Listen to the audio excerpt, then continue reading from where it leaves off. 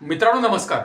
मित्रांनो, लोकशाहीमधील सर्वात महत्त्वाची प्रक्रिया कोणती असा प्रश्न मी जर तुम्हाला विचारला तर तुमचं उत्तर असेल निवडणूक प्रक्रिया. कारण निवडणूक ही एक अशी प्रक्रिया असते की ज्या निवडणुकीच्या प्रक्रियेमधून आपण सरकार निवडतो. आपले जे प्रतिनिधी आपल्याला त्या ठिकाणी निवडून द्यायचे ते आपण निवडू शकतो. आणि गेल्या 70 वर्षामध्ये अनेक निवडणुका ह्या झालेल्या आहेत की ज्याच्यामध्ये आपण आपले जे प्रतिनिधी आहेत, मग ते लोकसभेसाठी, विधानसभेसाठी असतील, महानगरपालिकेसाठी असतील आणि गावापर्यंत ग्रामपंचायतसाठी सुद्धा निवडून दिलेले आहेत. आणि त्यांच्या मार्फत आपला जो देशाचा कारभार आहे हा त्या प्रकारे चालू आहे. परंतु ह्या संपूर्ण ज्या प्रक्रियेमध्ये ही जी निवडणूक प्रक्रिया आहे ती जर करप्ट झाली किंवा जे निवडणूक प्रक्रिया जी आहे ती जर हायजॅक झाली किंवा त्या निवडणूक प्रक्रियेवर जर कोणी कब्जा मिळवला किंवा ती निवडणूक प्रक्रिया त्या ठिकाणी पारदर्शी किंवा ट्रान्सपरंट न राहता जर त्याच्यावर काही लोकांचा कब्जा झाला आणि त्यांनी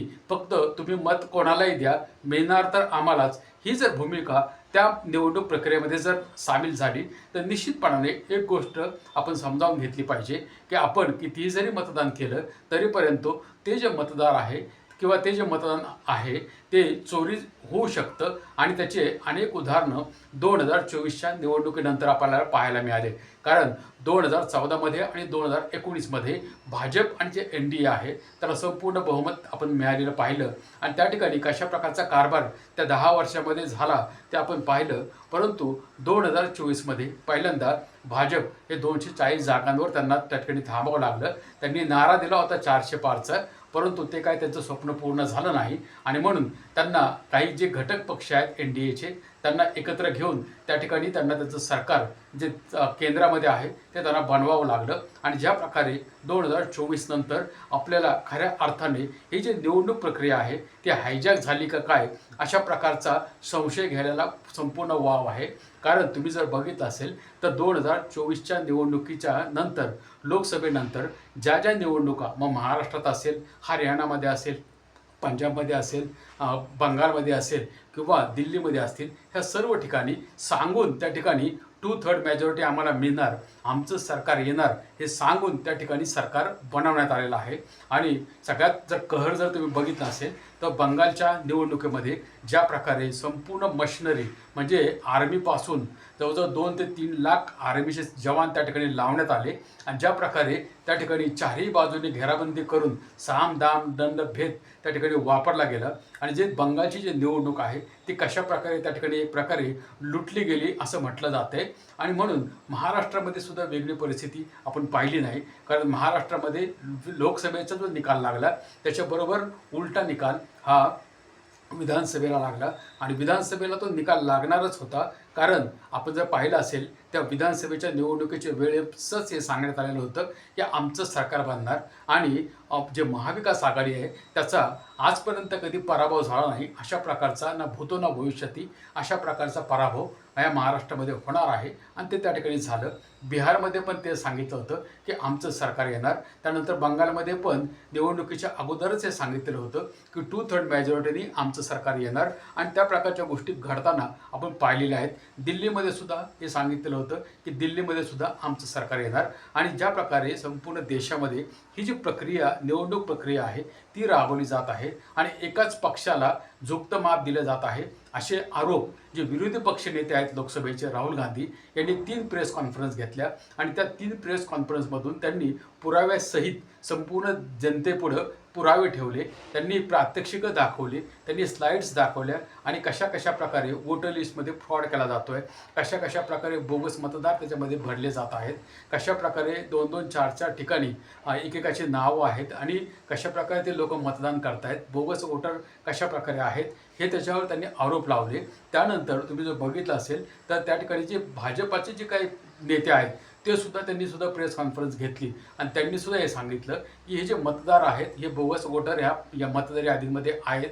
आणि ज्या ठिकाणी काँग्रेसला विजय मिळालेला आहे त्या ठिकाणी सुद्धा वोट चोरी झालेली आहे. म्हणजे राहुल गांधीचं मत होतं की वोट चोरी झालेली आहे. आणि BJPचे जे काही नेते आहेत ते सुद्धा म्हणतायत की वोट चोरी होती. आणि त्याच्यामध्ये जर निवडणूक आयोगाची जी भूमिका आहे त्याच्याचं जर तुम्ही बघितलं की निवडणूक आयोगाने याच्यामध्ये काय केलं, तर तुमच्या लक्षामध्ये येईल की निवडणूक आयोगाने कुठल्याही प्रकारची त्यावर ॲक्शन न घेता एकाएकी ह्या जो SIR हा जो प्रकार आहे हा सुरू केला. मागच्या 7-8 वेळा हा SIR प्रक्रिया राबवण्यात आलेली आहे असं सांगण्यात येत आहे. परंतु SIR मागचा SIR आणि आत्ताचा SIR ह्याच्यामध्ये मूलभूत काय गोष्टीमध्ये फरक आहे. आणि म्हणून हे जे काही इंटेन्सिव्ह रिव्हिजन जे सांगितलेलं आहे किंवा SIR जे आता संपूर्ण देशामध्ये सुरू झालेलं आहे, ह्याची सुरुवात तुम्ही जर बघितली तर ती बिहारमधून झाली. आणि निवडणुकीच्या अगोदर 1-2 महिने फक्त त्या ठिकाणी SIR चालू केला आणि त्या ठिकाणी अनेक लोकांची, लाखो लोकांची नावं त्या ठिकाणी कापण्यात आली. आणि असा संशय किंवा असा आरोपच होता थेट की त्या ठिकाणी जे काही विरोधी पक्षाचे जे मतदार आहेत त्यांची नावं त्या ठिकाणी कापले जात आहेत किंवा डिलीट केले जात आहेत बोगस मतदाराच्या नावाखाली किंवा घुसपेटीय या राज्यामध्ये आहेत असं सांगून ते जे काही मतदार, योग्य पात्र मतदार आहेत त्यांचीसुद्धा नावं त्या ठिकाणी कापण्यात आली. आणि त्या ठिकाणी असं सांगण्यात आलं की हे जे काही प्रक्रिया आहे ती योग्य आम्ही करतो आहे. परंतु त्याच्यामध्ये ज्या काही त्रुटी होत्या, ज्या प्रकारे हा SIR राबवला जात होता बिहारमध्ये, त्याच्या विरोधामध्ये सुप्रीम कोर्टामध्ये सुद्धा केस दाखल करण्यात आली. परंतु सुप्रीम कोर्टामध्ये वेगवेगळ्या गोष्टींमध्ये निवडणूक आयोगाने सुप्रीम कोर्टाची कोणतीही गोष्ट ऐकून घेतली नाही. परंतु फक्त ज्या गोष्टी सांगितल्या त्याच्यामधून वेगवेगळे मार्ग काढून त्या ठिकाणी सुप्रीम कोर्टाकडून किंवा निवडणूक आयोगाकडून त्या ठिकाणी वेगवेगळे मार्ग काढण्यात आले, सुचवण्यात आले. आणि त्या ठिकाणी ही जी प्रक्रिया आहे ती संविधानामध्ये काय सांगते ह्याच्याप्रमाणे झालेली नाही असं जे विरोधी पक्षातले मध्ये जे याचिकाकर्ते आहेत त्यांचं म्हणणं आहे की जे काही त्यांचे निवडणूक आयोगाचे स्वतःचे जे काही नियम आणि कायदे आहेत त्याच्या विरोधामध्ये निवडणूक आयोग काम करत आहे. आणि ह्याच्यामध्ये जे मुख्य निवडणूक आयोग आहे त्यांची भूमिका ही सर्वात महत्त्वाची आहे. परंतु त्या ठिकाणी कुठल्याही प्रकारचा स्टे किंवा कसल्याही प्रकारचा हस्तक्षेप हा सुप्रीम कोर्टामधून सुद्धा झाला नाही. त्याच्यामुळे ती प्रक्रिया पुढे राबवली गेली. आणि आता सुप्रीम कोर्टाने थेट सांगितलेलं आहे की निवडणूक आयोगाला आर्टिकल 324नुसार हा अधिकार आहे की SIR ते करू शकतात. मग आर्टिकल 324नुसार सुप्रीम कोर्टाने हे जरी सांगितलेलं असेल तरी परंतु आर्टिकल 324 हे सुद्धा सांगतंय की फ्री, फेअर आणि ट्रान्सपरंट ही जी जबाबदारी आहे निवडणूक आयोगाला दिलेली आहे. आणि त्यासाठी संविधानाने ही व्यवस्था केलेली आहे की जो निवडणूक आयोग आहे तो स्वायत्त असला पाहिजे. परंतु ज्या प्रकारे निवडणूक आयुक्तांची किंवा जे मुख्य निवडणूक आयोगांची निवडीपासून ह्या सर्व गोष्टींमध्ये ज्या प्रकारे विरोधी पक्षाने ऑब्जेक्शन घेतलेलं आहे की ज्या प्रकारे त्यांची निवडणूक केली जाते किंवा ज्या प्रकारे हा जो निवडणूक आयोग आहे तो पक्षपातीपणाने किंवा एका पार्टीला फायदा होईल अशा प्रकारच्या भूमिका करत आहे. मग त्याच्यामध्ये वेगवेगळ्या गोष्टी आहेत की त्याच्यामध्ये वोटर लिस्ट डिजिटाईज न देणं किंवा त्या ठिकाणी CCTV फुटेज न देणं, त्याचा नाश करणं. तुम्ही मध्ये बघितलं असेल की जे काही बंगालमध्ये जे काही निवडणुका झाल्या त्याचे पुरावे समोर येतात का काय म्हणून त्या ठिकाणी बिल्डिंगमध्ये आग लागली आणि त्याच्या EVM आहे त्या जळून गेल्या. त्याच्यानंतर निवडणूक झाल्यानंतर लोकांनी जास्तीत जास्त जो काही फेर मतदान मागू नये म्हणून जी फी आहे ती लाखोंमध्ये त्या ठिकाणी केलेली आहे. आणि त्यानंतर जे CCTV आहे ते सुद्धा आम्ही देणार नाही असे कायदे किंवा नियम हे सरकारने निवडणूक आयोगासाठी बनवले आहेत. अशा प्रकारे एक प्रकारे सरकार निवडणूक आयोगाला वाचवते आणि निवडणूक आयोग सरकारला वाचवते अशा प्रकारचे आरोप हे विरोधी पक्षाकडून केले जात आहेत. आणि त्याच्यामुळं काय झालं की हे जी काही प्रक्रिया आहे ही पुढे तशीच चालू राहिली. आणि आता संपूर्ण देशामध्ये हे जो SIR आहे हा 16 राज्यांमध्ये आता लागू झालेला आहे आणि उरलेल्या राज्यांमध्ये सुद्धा हा लागू होणार आहे. परंतु ह्याच्यामधून आजही जे काही प्रश्न हे समोर निर्माण झालेले आहेत त्याची उत्तरं आजही मिळालेली नाहीत. कारण जे पात्र मतदार आहेत त्यांचीसुद्धा नावं हे SIRच्या माध्यमातून वगळण्यात आलेली आहेत आणि त्यांच्याकडे कागदपत्र असतानासुद्धा त्यांना त्या ठिकाणी मतदान करू दिलेलं नाही. आणि सुप्रीम कोर्टाने असं सांगितलं की ह्यावेळेस नाही केलं तर चालेल, पुढच्या वेळेस तुम्ही मतदान करू शकता. म्हणजे तुमचा मतदानाचा अधिकार हा तुमचा गेला किंवा काय हे सुद्धा ह्या लोकांना हे समजत नाही आहे. आणि त्या ठिकाणी जे काही ट्रायब्युनल त्यांनी निर्माण केलेले आहेत त्याची सुद्धा सुनावणी अत्यंत संत गतीने सुरू आहे. म्हणजे 16 लाख, 15 लाख, 20 लाख लोकांचे नावं कट केलेले आहेत आणि त्यांना 120-130 लोकांना फक्त निवडणुकीपूर्वी त्या ठिकाणी मतदार यादीमध्ये त्यांचं नाव घालण्यात आलं. आता ह्याची ज्या प्रकारे आपल्याला माहिती आहे कोर्टामध्ये लाखो केसेस ज्या प्रकारे तारीख पे तारीख ह्यासाठी त्यांना पळावं लागतं, त्याचप्रमाणे आता ज्या लोकांची नावं ही वोटर लिस्टमधून काढली जातील त्यांना त्या ठिकाणी चकरा माराव्या लागतील. आणि हे एक नवीनच आहे, कारण तुम्ही जर बघितलं असेल मागच्या 70 वर्षापासून आपण Aadhaar card, PAN card, voter I D आणि रेशन कार्ड ह्याच्या आधारावरच आपण निवडणुकीला मतदान केलेलं आहे. आणि देशाचं जे काही संविधानानुसार जी व्यवस्था आहे त्याच्यामध्ये देशामध्ये ज्या माणसाकडे वोटिंग आय डी आहे किंवा ज्याचं नाव मतदार यादीत आहे आणि ज्याच्याकडे मतदार कार्ड आहे तोच फक्त देशामध्ये मतदान करू शकतो. मग ज्या लोकांनी हे मतदान केलं आहे ते जर योग्य मतदार नाहीत तर हे जे बनवलेलं सरकार आहे ते वैध कसं, ते योग्य कसं, ह्याचं उत्तर कोण देणार? म्हणजे थोडक्यामध्ये कसं झालं आहे की सरकार नावाची जी व्यवस्था या ठिकाणी देशातील लोकांसाठी निर्माण झालेली आहे, ती लोकांसाठी काम करते का नाही असा प्रश्न निर्माण झाला आहे. कारण ज्या प्रकारे लोकांना या ठिकाणी वेठीला धरण्याचा प्रयत्न सुरू झालेला आहे आणि काय त्याचा अजेंडा आहे तो सुद्धा सांगितला जात नाही. फक्त हे जे 12 डॉक्युमेंट आहेत हे तुमचे नागरिकतेचे प्रमाणपत्र नाही किंवा हे नागरिकता हे नाही, मग कोणतं आहे ते पण सांगितलं जात नाही. आणि त्या ठिकाणी जर ते नाही तर त्याचं कारण काय तर कोर्टामध्ये सांगितलं आहे आणि कोर्टाने हा निरोप दिला आहे किंवा मंत्रालयाचा कोणतरी एखादा अधिकारी म्हणतो की हे तुमचं पासपोर्ट जे आहे हे तुमचं फिरायसाठीचं विदेश जाण्यासाठीचं एक ओळखपत्र आहे. एखादा म्हणतो मतदान करण्यासाठी हे तुमचं मतदानपत्र आहे. आधार कार्ड काय की तुम्हाला हे फक्त ओळखीचं प्रमाणपत्र आहे. हे तुम्ही लोकांना का दिलं ह्याचे कारणं कोण देणार? किंवा हे जे पत्र आहेत किंवा हे जे कागदपत्र आहेत की ज्याच्या जीवावरच म्हणजे माणूस जन्मल्यापासून मरोपर्यंत हीच कागदपत्र संपूर्ण सरकारी व्यवस्थेमध्ये दिली जातात. आणि आजपर्यंत 70 वर्षामध्ये ॲक्च्युली दुःखाची आणि साठी सुद्धा आणि जे सरकार आत्तापर्यंत ज्यांनी राज्य केलेलं आहे ह्या सर्व लोकांसाठी ही लाजेची आणि शर्मेची गोष्ट आहे की 11-12 कागदपत्र लोकांकडे असताना तुम्ही म्हणताय की आमच्याकडे कोण नागरिक आहे ह्याचं प्रमाणपत्र एक असं प्रॉपर असं नाही आहे. हे राज्यासाठी सुद्धा लाजेची आणि शर्मेची गोष्ट आहे. आणि देशातील लोकांची याच्यामध्ये काय चूक आहे हा प्रश्न याच्यामध्ये महत्त्वाचा आहे. देशातील लोकांकडे जे कागदपत्र आहेत त्याच्या आधारावर त्यांनी आजपर्यंत सरकार निवडलेलं आहे.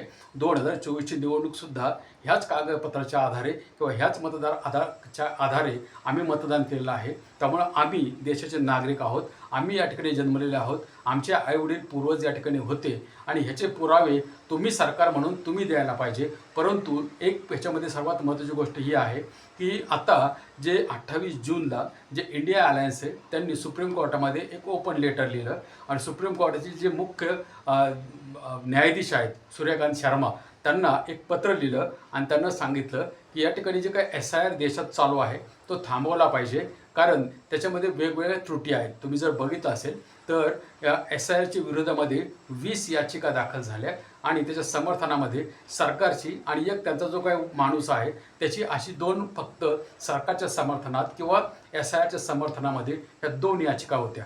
मग सुप्रीम कोर्टामध्ये ह्या ज्या 20 याचिका आहेत त्या 20 याचिकामध्ये डिटेलमध्ये हे सगळं सांगण्यात आलेलं होतं की हे SIR कशा प्रकारे चुकीचं आहे किंवा हे लॉजिकल डिस्क्रिपन्सी ह्याचा अर्थच नाही आहे संविधानामध्ये किंवा ही व्यवस्था जी निवडणूक आयोग करत आहे ती त्यांच्या स्वतःच्या मॅन्युअलमध्ये पण नाही आणि तरी ते अशा गोष्टी करतायत. मग ह्या सर्व गोष्टींवर न्याय मिळणं हे अपेक्षित असताना त्या ठिकाणी फक्त निर्णय झालेला आहे. आणि सुप्रीम कोर्टाचं म्हणणं आहे की निवडणूक आयोगाला अधिकार आहे. निवडणूक आयोगाला अधिकार आहे आर्टिकल 324 नुसार. याचा अर्थ निवडणूक आयोग मनमानी करू शकत नाही. निवडणूक आयोग सरकारच्या बांधील आहे किंवा निवडणूक आयोगाला संविधानाच्या अंतर्गतच काम करावं लागतं. आणि संविधानाची जी व्यवस्था निर्माण झालेली आहे ती देशातील लोकांच्या मार्फत निर्माण झालेली आहे. देशाचे लोक या ठिकाणी देशाचे मालक आहेत आणि त्यांच्या विरोधामध्येच आता जे सेवक आहेत किंवा जे नोकर आहेत सरकार नावाची व्यवस्था ती आता ह्या नागरिकांनाच म्हणत आहे की तुम्ही या ठिकाणी तुमची नागरिकता साबित करावी. आणि त्याच्या विरोधामध्ये हे जे इंडिया अलायन्स आहे त्यांनी एक पत्र लिहिलं आणि हे रोग त्यांना थांबवण्याची व्यवस्था किंवा निवडणूक हे जे चीफ जस्टिस आहेत त्यांनी या ठिकाणी काहीतरी कारवाई करावी अशी त्यांनी विनंती केली. परंतु तुम्ही जर बघितलं असेल तर ज्यावेळेस राहुल गांधींनी 3 प्रेस कॉन्फरन्स घेतल्या आणि निवडणूक आयुक्त आणि निवडणूक आयोग यांच्यावर आरोप केले की हे जे बोगस मतदाराच्या आधारावर ह्या सर्व निवडणुका होत आहेत आणि एकाच पक्षाला कसा फायदा होत आहे. निवडणूक आयोगाने त्या ठिकाणी कोणतं उत्तर प्रॉपर दिलं नाही, परंतु जे BJP आहे ती मात्र समोर येते. त्यांचे नेते प्रवक्ते समोर येतात आणि उत्तर देतात आणि कशाप्रकारे हे इंडिया अलायन्स आहेत ते कशाप्रकारे खोटं बोलत आहेत हे रेटून सांगण्याचा प्रयत्न करतात. तोच प्रकार आता पुन्हा झाला की ज्याच्यामध्ये म्हणजे सुप्रीम कोर्टाच्या जजला ज्यावेळेस पत्र लिहिलं जातं तेव्हा त्यांच्याकडून अपेक्षा आहे उत्तर देणं, परंतु या ठिकाणी BJPचे लोक समोर येत आहेत, ते त्या ठिकाणी उत्तर देत आहेत आणि ते सांगण्याचा प्रयत्न करत आहेत की SIR हा कशाप्रकारे योग्य आहे, निवडणूक आयोग कशाप्रकारे योग्य काम करत आहे आणि हे जे काही इंडिया अलायन्स आहे तो कसा खोटं बोलत आहे हे ठासून सांगण्याचा प्रयत्न करत आहेत. थोडक्यामध्ये काय झालं आहे की जी व्यवस्था आहे ती व्यवस्था पारदर्शी होणं, ह्याच्यामध्ये BJPला काय प्रॉब्लेम आहे हे समजत नाही. कारण 30 पार्ट्या एका बाजूला आहेत आणि फक्त सरकारमधली जी असणारी पार्टी आहे ती मात्र निवडणूक आयोगाला सपोर्ट देत आहे. हा काय प्रकार आहे हा देशातील जनतेने आता समजावून घेतला पाहिजे.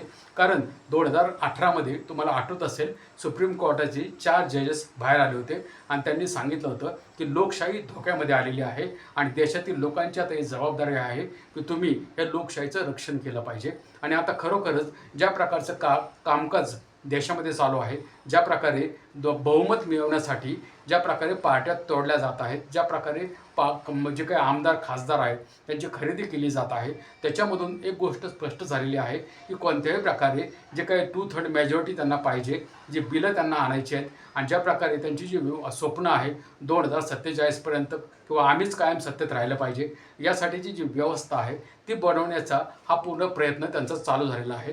परंतु देशातील जनतेने हे समजावून घेतलं पाहिजे की ह्याच्यामध्ये पार्टीचा ह्यांचा फायदा आहे. म्हणजे 2024ला किंवा 2014ला त्यांनी सांगितलं होतं अच्छे दिन आने वाले है, म्हणजे BJPचे अच्छे दिन आले, त्यांच्या नेते मंडळींचे अच्छे दिन आले, त्यांच्या बायका पोरांचे चांगले दिवस आले, जनतेचे कधी चांगले दिवस येणार हे मात्र काय ते सांगायला तयार नाहीत. आणि म्हणून देशातील जनतेने आता जर त्यांना स्वतःचे चांगले दिवस आणायचे असतील तर ही जी व्यवस्था आहे ती कशी पारदर्शी होईल आणि ती व्यवस्था कशी अकाउंटेबल किंवा जबाबदेह होईल हे लोकांनी पाहिलं पाहिजे. जर लोकांनी याच्यामध्ये आता लक्ष घातलं नाही तर येणारा काळ हा लोकशाहीसाठी सुद्धा धोक्याचा आहे हे देशातील जनतेने समजावून घेतलं पाहिजे. तुम्हाला काय वाटतं ते तुमचे विचार तुम्ही कमेंट करून सांगू शकता. भेटूया आपण दुसऱ्या व्हिडिओमध्ये दुसऱ्या विषयासह. तोपर्यंत धन्यवाद.